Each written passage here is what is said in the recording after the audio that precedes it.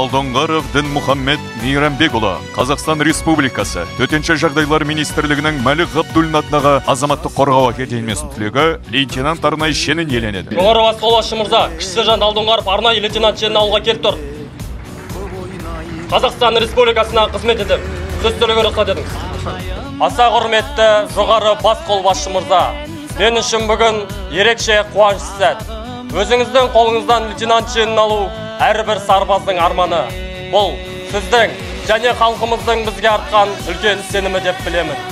Мен әріптестерімнің алдында үлгі болуға, бар күш-жігерімді елдің игілігіне, төтенше жағдайлар саласында адал еңбек етуге жұмсаймын.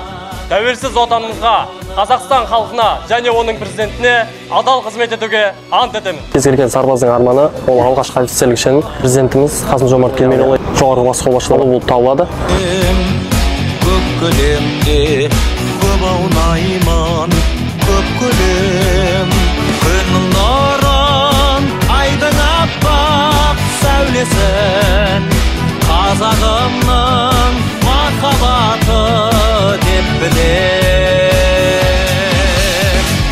Қайда жүрсем немерем бүгін президентіміздің қолынан лейтенант шенін алып жатыр. Отанымызға адал қызмет етсін. өзі